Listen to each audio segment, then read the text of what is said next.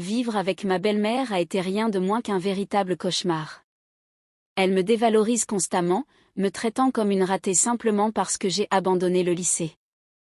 Tu sais seulement cuisiner, plaisante-t-elle souvent. Pourquoi la chambre est-elle si désordonnée? Ses critiques sont sévères, et elle ne se gêne pas pour entrer dans notre chambre, fouillant les placards et les tiroirs, tout en me lançant des insultes. Il semble que mon manque d'éducation formelle soit, à ses yeux, une justification pour me manquer de respect. Bien que ces provocations soient constantes, je n'arrive pas à répondre. Depuis le jour où je me suis mariée avec son fils, ma vie est assombrie par son mépris. Je m'appelle Sophia, et mes parents dirigent un petit restaurant modeste, mais très apprécié. Mon père, un chef dévoué, et ma mère, qui s'occupe de l'accueil avec charme et efficacité, ont créé une atmosphère chaleureuse et animée. Bien que notre restaurant soit un peu ancien et situé loin du centre-ville, il est reconnu pour sa cuisine et son excellent service.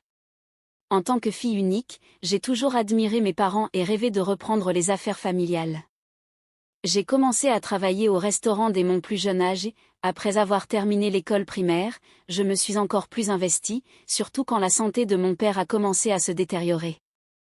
Il m'a appris les bases de la cuisine et, bien que j'ai eu du mal à reproduire exactement ses saveurs, j'ai utilisé ses recettes comme guide et, peu à peu, j'ai commencé à recevoir des compliments de nos clients habituels.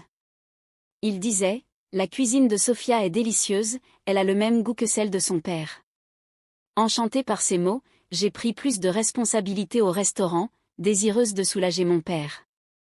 Cependant, mon assiduité à l'école est devenue une préoccupation pour mes enseignants, ce qui a conduit à une réunion avec mes parents pour discuter de mes absences. Malgré leur insistance sur l'importance de mes études, j'ai pris la décision d'abandonner l'école. Mes parents étaient dévastés, mais leur soutien ne m'a jamais fait défaut. J'ai terminé les formalités de désinscription et j'ai commencé à travailler à plein temps au restaurant. Au fil des années, je me suis retrouvée à gérer seule la plupart des opérations, depuis la préparation à l'ouverture jusqu'au nettoyage de clôture. Les fréquentes hospitalisations de mon père et le temps que ma mère passait avec lui à l'hôpital me laissaient toute la responsabilité. Un jour, alors que je soignais une coupure au doigt au restaurant, un homme est entré et, voyant mon inconfort, m'a demandé « Ça va ?» Je me suis coupé le doigt en préparant les choses, ai-je répondu. Il m'a tendu un pansement en disant « Tiens, utilise ça. » Merci, ça m'aide beaucoup, ai-je répondu.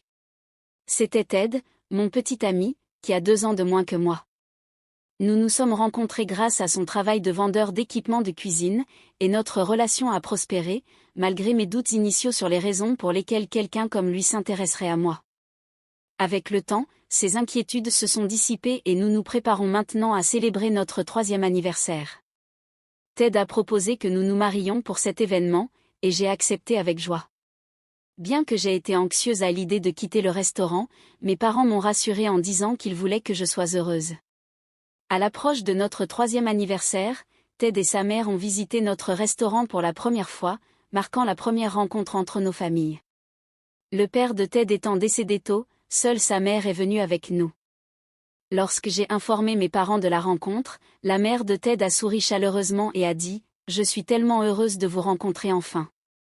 Mon fils parle de vous tout le temps. » En fait, c'est notre fille qui n'arrête pas de dire des merveilles sur vous, ont répondu mes parents en lui rendant son sourire. Nous sommes vraiment reconnaissants envers Ted, a ajouté ma mère. La seule compétence de notre fille, c'est de cuisiner, mais nous espérons que vous prendrez bien soin d'elle.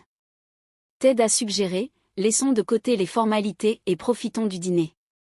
J'ai commencé à servir les plats que j'avais préparés à l'avance.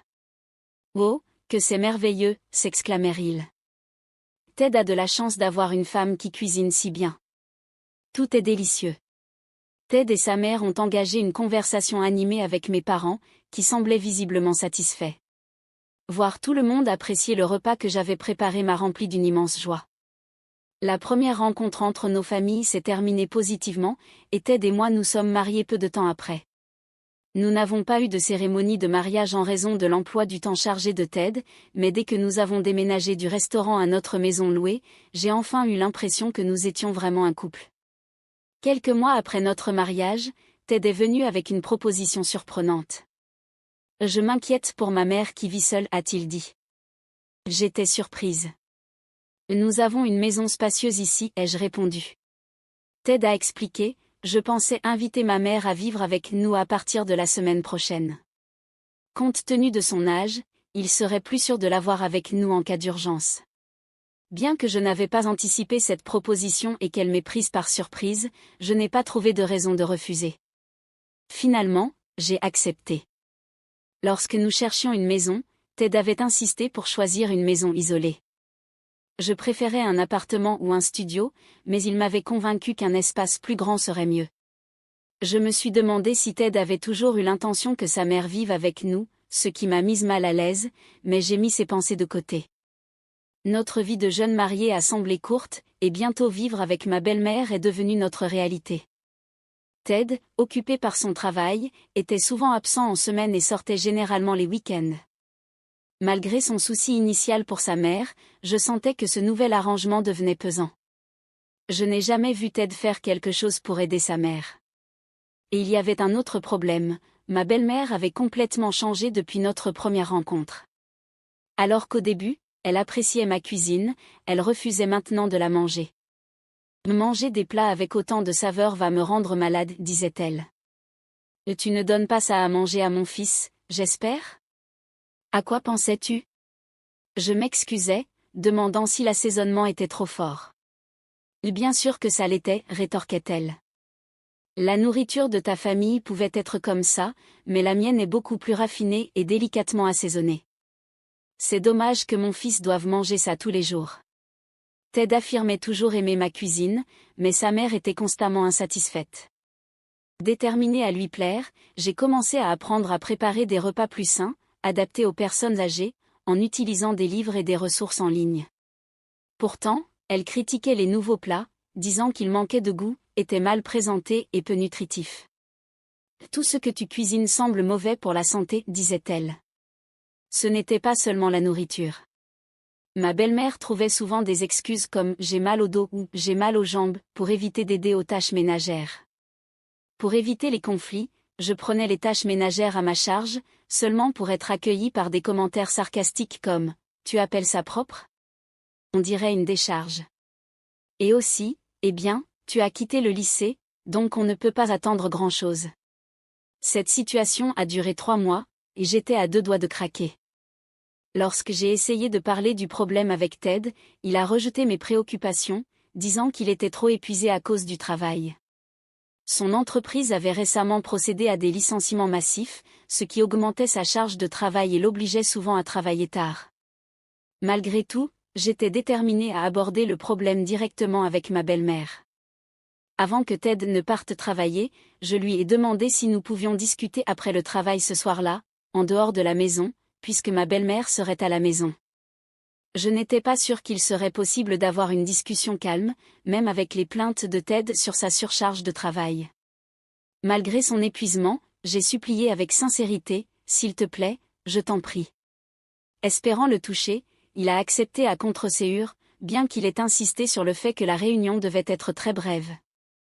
Nous avons décidé de nous retrouver dans un café près de son bureau à 20h, pour minimiser le temps que je passerais seule à la maison avec ma belle-mère. J'avais préparé le dîner à l'avance et je suis sortie un peu plus tôt de la maison, sans mentionner mes plans à ma belle-mère, afin d'éviter ses commentaires malveillants. Arrivée en avance à notre point de rendez-vous, j'ai décidé de me balader en ville, un plaisir rare pour moi, car je me limite généralement à cuisiner et j'explore rarement la ville seule. Cette promenade m'a revigorée. En flânant dans un centre commercial, envisageant d'acheter quelque chose pour Ted, j'ai été frappée par une réalisation choquante. Mon cœur s'est arrêté quand j'ai vu Ted marcher avec une autre femme. J'ai frotté mes yeux, doutant de ma vision, mais il n'y avait aucun doute, c'était bien lui. Je les ai observés sortir d'une boutique, poussés par un mélange de curiosité et de peur, je les ai suivis. Ils ont finalement trouvé un endroit isolé, où ils se sont embrassés. Leurs actions étaient indiscutables, c'était une affaire extra-conjugale. Submergée par le choc et la douleur, j'ai commencé à pleurer de manière incontrôlable. Incapable de supporter la souffrance, j'ai quitté les lieux et envoyé un message à Ted, disant que quelque chose d'urgent était survenu et que je ne pourrais pas le retrouver ce soir-là. Mon esprit tournait à toute vitesse avec des questions. Pourquoi? Depuis quand? Qui était-elle? Je me sentais nauséeuse, l'image de ce que je venais de voir tournant en boucle dans ma tête. D'une manière ou d'une autre, j'ai réussi à rentrer chez moi, où ma belle-mère m'attendait. Sophia, où étais-tu? Ce n'est pas normal de sortir sans rien dire. Tu n'as aucun bon sens? Habituellement, tu nous préviens avant de partir, m'a-t-elle réprimandé. Je n'avais plus l'énergie pour discuter et suis allée silencieusement à la cuisine, où j'ai vu le dîner que j'avais préparé. J'avais concocté un repas spécial pour Ted, mais il y avait à peine touché, ce qui m'a fait regretter encore plus et m'a arraché de nouvelles larmes. Cette nuit-là, je me suis enfermée dans ma chambre. Même lorsque Ted est rentré, je n'avais pas la force de lui faire face et j'ai choisi de l'ignorer. Sophia, es-tu réveillée? Ted a frappé à plusieurs reprises à la porte. D'ordinaire, j'aurais préparé une collation pour son retour, mais pas ce soir. Il a dû remarquer l'absence de collation et a exprimé son inquiétude. Qu'est-ce qui se passe? J'avais ajusté mon emploi du temps pour que nous puissions dîner ensemble. C'est embarrassant d'annuler comme ça, a-t-il dit. Comment pouvait-il dire qu'il m'attendait, alors qu'il passait clairement du temps avec une autre femme? Mon absence n'aurait pas dû lui poser problème. Il semblait croire que j'ignorais tout. Ted a commencé à se plaindre auprès de sa mère, qui s'est approchée de la porte de la chambre. Que se passe-t-il, Ted? Il est déjà tard et il y a du bruit, a-t-elle dit. Maman, Sophia et moi avions prévu de dîner ensemble, mais elle a annulé subitement et maintenant, elle ne me parle même pas, s'est plaint Ted, en semblant se poser en victime.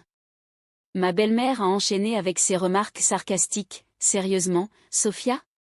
Tu es sortie sans prévenir, tu as négligé tes responsabilités et tu te comportes de manière si irresponsable. J'attendais son dîner et j'avais même ajusté mon emploi du temps pour cela. Imaginez qu'elle annulerait un rendez-vous si important avec son mari. Si nous avions eu des enfants, imaginez le problème, pensais-je, tandis que ma belle-mère me critiquait injustement. L'idée de révéler l'infidélité de Ted m'a traversé l'esprit, mais ce qu'il a dit ensuite était encore plus choquant que les critiques que je recevais. Il n'y a pas besoin de s'inquiéter pour cela. Sophia ne peut pas avoir d'enfants et elle a déjà 30 ans. J'ai déjà abandonné l'idée d'avoir des enfants avec elle, Ted a déclaré, dévoilant mon infertilité, un secret que je lui avais confié avant notre mariage.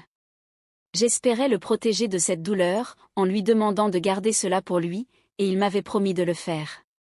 Entendre cette révélation dans un tel contexte était inimaginable. Là, donc Sophia ne peut pas avoir d'enfant? Quelle déception, a dit la mère de Ted. Peut-être que j'ai choisi la mauvaise personne. Nous avons été trompés tout ce temps. Elle ne voulait pas perdre le mariage avec toi parce qu'elle pensait qu'elle n'aurait pas d'autre opportunité. Incapable de supporter davantage la douleur, j'ai mis mes écouteurs, monté le volume et noyé le monde dans la musique. Cette nuit-là, le sommeil m'a échappé, tandis que mon esprit rejouait en boucle les images de l'infidélité de Ted et les paroles cruelles que j'avais entendues. Mon cœur semblait se déchirer sous l'effet de la tristesse et de l'angoisse. Quelques semaines plus tard, la famille de Ted devait venir pour une célébration de mariage. Je ne voulais aucune célébration, mais il semblait que ma belle-mère avait pris l'initiative de l'organiser. Elle avait informé les proches que j'étais chef dans un restaurant et m'avait remis une liste de plats à préparer. Bien qu'il y ait beaucoup de plats à faire, cuisiner n'avait jamais été un problème pour moi, en fait, c'était ma plus grande joie. J'ai décidé de donner le meilleur de moi-même, mettant tout mon cœur dans chaque plat. Plonger dans la cuisine m'a offert un soulagement face au stress quotidien et m'a rappelé la chaleur de la cuisine de mes parents. Le jour de la réunion, environ 10 membres de la famille sont arrivés.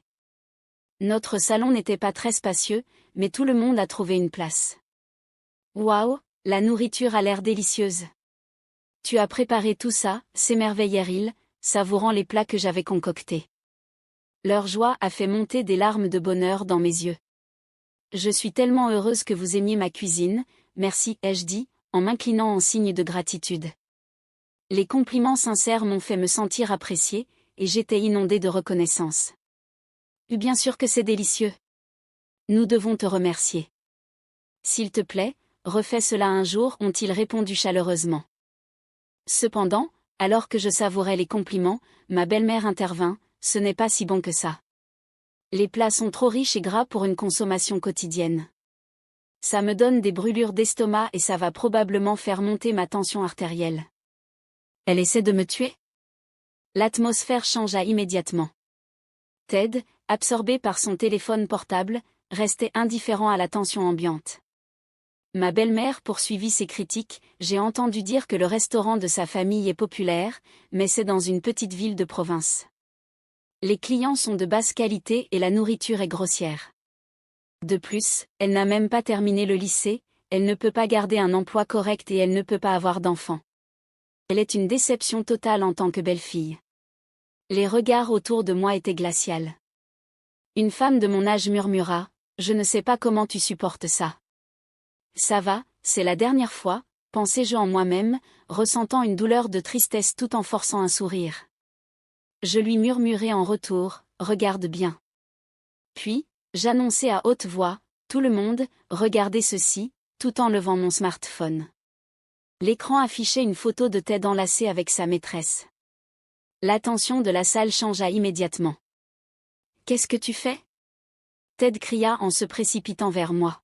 « Qu'est-ce que je fais ?»« Je ne fais que révéler la vérité, » répondis-je avec une voix forte, fixant Ted avec un mélange de colère et de détermination. Son visage devint rouge, et il tenta de nier, « Je ne sais pas de quoi tu parles, c'est un mensonge, je ne ferai jamais une telle chose », protesta Ted. Sa mère, qui avait initialement tenté de le soutenir, resta maintenant silencieuse, stupéfaite. Déterminée à exposer toute la vérité, je continuai, Ted a une liaison.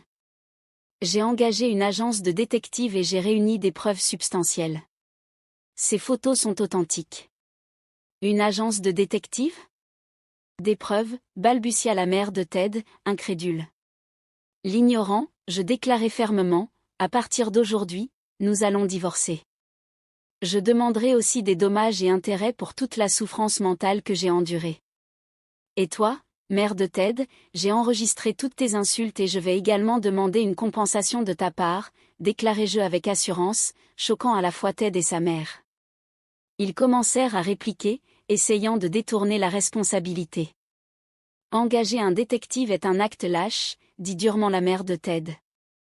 Tu devrais être reconnaissante d'avoir réussi à te marier avec Ted. C'est ça, ajouta Ted. C'est toi qui as forcé Ted dans ce mariage et causé tout ce malaise. C'est ta faute.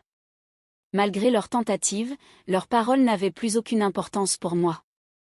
Les preuves de l'infidélité et du harcèlement étaient irréfutables. C'est un mensonge, n'est-ce pas, Sophia? Il n'est pas trop tard pour que nous recommencions. Cette femme sur la photo ne faisait que me draguer, et j'étais juste ennuyée par cela. C'est une chance pour nous de mettre les choses au clair, essaya de se justifier Ted. Il continuait à inventer des excuses, mais je restais ferme. Même si tu étais vraiment harcelé, cela ne change pas le fait de ta liaison, dis-je, gardant mon calme. Un des membres de la famille qui m'avait murmuré des encouragements auparavant déclara, « Sophia, tu as bien fait. » Son soutien fut réconfortant, et pour la première fois depuis longtemps, je ressentis un soulagement et une clarté. Notre divorce fut finalisé sans difficulté. L'affaire de Ted devint connue dans son entreprise, ce qui entraîna sa mutation du siège social vers une autre filiale. Il quitta notre maison et alla vivre chez sa mère, probablement plus proche de son nouveau travail. J'ai reçu la pension de Ted et de sa mère et j'ai décidé de retourner chez mes parents pour un certain temps. Mes parents furent surpris d'apprendre mon divorce, mais m'accueillirent chaleureusement, sans jugement. Je réfléchissais à l'idée d'aider au restaurant familial ou de poursuivre mes études culinaires. Mon père suggéra, pourquoi ne pas partir à l'étranger? Ce sera peut-être difficile, mais acquérir des expériences diverses pourrait être inestimable. Le restaurant sera là quand tu reviendras.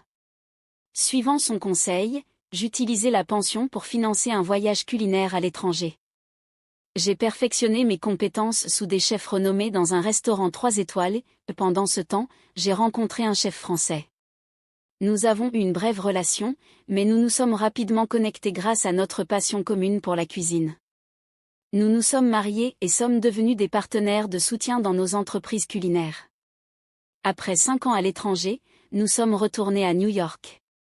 Comme promis, mes parents avaient maintenu le restaurant prospère, et mon mari a commencé à montrer ses talents culinaires là-bas également. Nos saveurs uniques et nos belles présentations ont attiré l'attention, rendant le restaurant encore plus dynamique et populaire. Maintenant que nous avons repris le restaurant de mes parents, mon mari et moi vivons une vie épanouie ensemble, dévouée à notre art. Un jour, j'ai reçu une lettre de mon ex-belle-mère. Son message était une demande de pardon inattendue. J'ai moi aussi fait face à des critiques sévères de ma propre belle-mère sur ma cuisine et l'entretien de la maison. Je trouvais ta cuisine vraiment délicieuse et j'admets que j'étais jalouse. Je défoulais mes frustrations sur toi. Maintenant que j'essaie de reproduire tes saveurs dans ma propre cuisine, je réalise à quel point tes compétences étaient spéciales. Bien que je doute de pouvoir un jour les égaler, j'espère qu'un jour tu pourras goûter à ma cuisine. Je suis vraiment désolée. Ces mots m'ont touchée, et j'ai ressenti que mes sentiments à son égard s'adoucissaient. J'espère qu'un jour nous pourrons partager un repas ensemble, avec des sourires. Pour cette possibilité, j'étais déterminée à continuer d'améliorer mes compétences culinaires. Si vous avez aimé cette histoire, laissez un like et abonnez-vous à notre chaîne. Passez une belle journée.